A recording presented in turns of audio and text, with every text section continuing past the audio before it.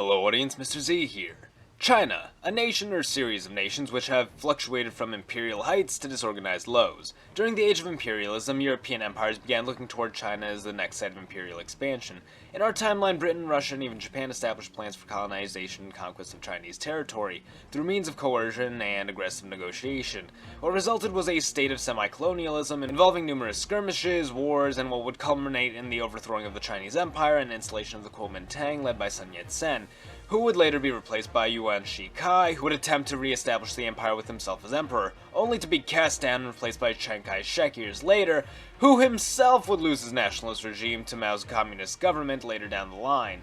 Basically, China was never on the course for full colonization.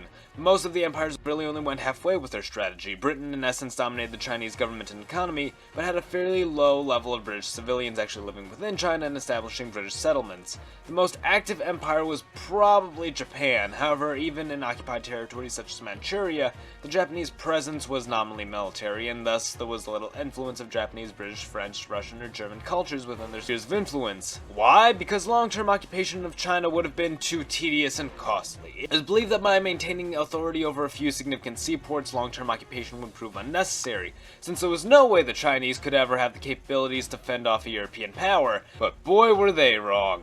China, despite political, economic, and military domination, still maintained a Chinese culture and thus didn't face the same levels of change such as in India, America, or Africa, creating a niche movement within China which would grow into a demand for independence and cultural solidarity. However, if we were to change the imperial strategy into one which encouraged the integration of European and Japanese people into everyday Chinese life, then we'd have a much stronger formula for continual colonial authority. Such an opportunity would arise in the form of the First Opium War, a conflict between the British and Chinese triggered by the destruction of British opioid shipments, which led to a full-on naval assault from the British.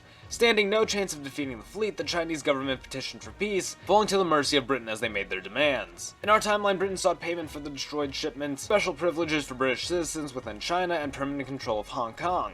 However, knowing full well China wouldn't be able to stop them from doing so, in this timeline, Britain demands more. In this case, the permanent ceding of major coastal cities to Britain, along with an extension of British authority within the Chinese government, in exchange for territorial protection from France and Japan, who also had similar spheres of influence in South China, and Britain would have no trouble keeping at bay. Let's say for the sake of this scenario, the Chinese government accepts these terms, which even if they didn't, Britain could easily seize this territory by force, much to the dismay of Chinese civilians, who could become disillusioned with their empire much earlier on. Britain and Japan signed a territorial treaty allowing Japan to maintain its territory holdings in the south, whilst Britain begins making moves to expel the French from China, with the goal of creating a new stronghold within the Pacific in addition to Australia. French, German, and Russian territories within China began to dwindle over the years, while gradually falling to British and German rule, improving relations between the two island empires while driving a wedge between French and British relations, leaving France to build closer ties with the Ottoman Empire, re-establishing the two-century-old Franco-Ottoman alliance. While Russia begins to focus on its reach domestically, dropping its alliance with Serbia and instead focusing on its border nations of Bulgaria, Austro-Hungary, and Germany, following the Treaty of San Stefano and the Treaty of Berlin, seeing that its authority was waning and would need to secure itself from potential threats, that would mean making peace with Austro-Hungary, securing its western border, and safeguarding remaining assets within Asia. In this timeline, the empires of Europe are pursuing far different goals than in ours. China is quickly becoming another jewel in the British crown, however is diverting a lot of attention away from issues in Europe. Ties with France shrink even further as Japan becomes a far more valuable ally. Without connections to Britain, the First Moroccan Crisis remains a purely French and German matter, and the Triple Entente is never formed. World War I, if it does happen, will likely be far more one-sided or simply become a series of short conflicts of Austria against Serbia or the Ottomans, Germany against France, and Russia against Japan, who may pull Britain into the conflict.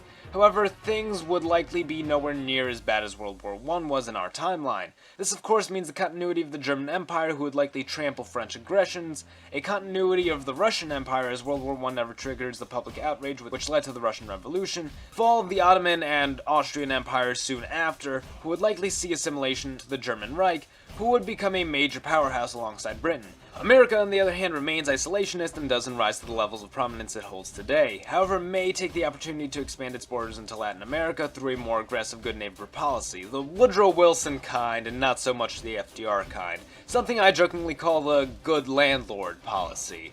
In summation, the full-on colonization of China was avoided in our timeline because it was perceived as a distraction from other affairs, and in plain speech, it was. However, had the initiative been made by the most likely parties, in this case Britain and Japan, it would have significantly shifted the course of events in Europe. France and Britain would grow further apart, leaving France to seek alliances with the Ottoman Empire, and Russia, who after losing a significant portion of territory to Japan earlier on, would shift focus on building strategic alliances with its western border. This in turn would shift the power balance and alliance system which made World War I last as long as it did. China would see a similar fate to that of India, however without the damage of World Wars I and II, Britain would remain a powerhouse and hold a firmer grip over its colonies for years to come. France would begin to fall to the wayside of the European stage, and be seen in a similar light as Spain and Portugal, once large and ambitious powers whose flame simply died out. What happens in the following decades is really anyone's guess, but with that said, I think this is where I'm going to end the video for now. Thank you all for watching, be sure to like the video if you enjoyed it, and subscribe for more. Mr. Z, out.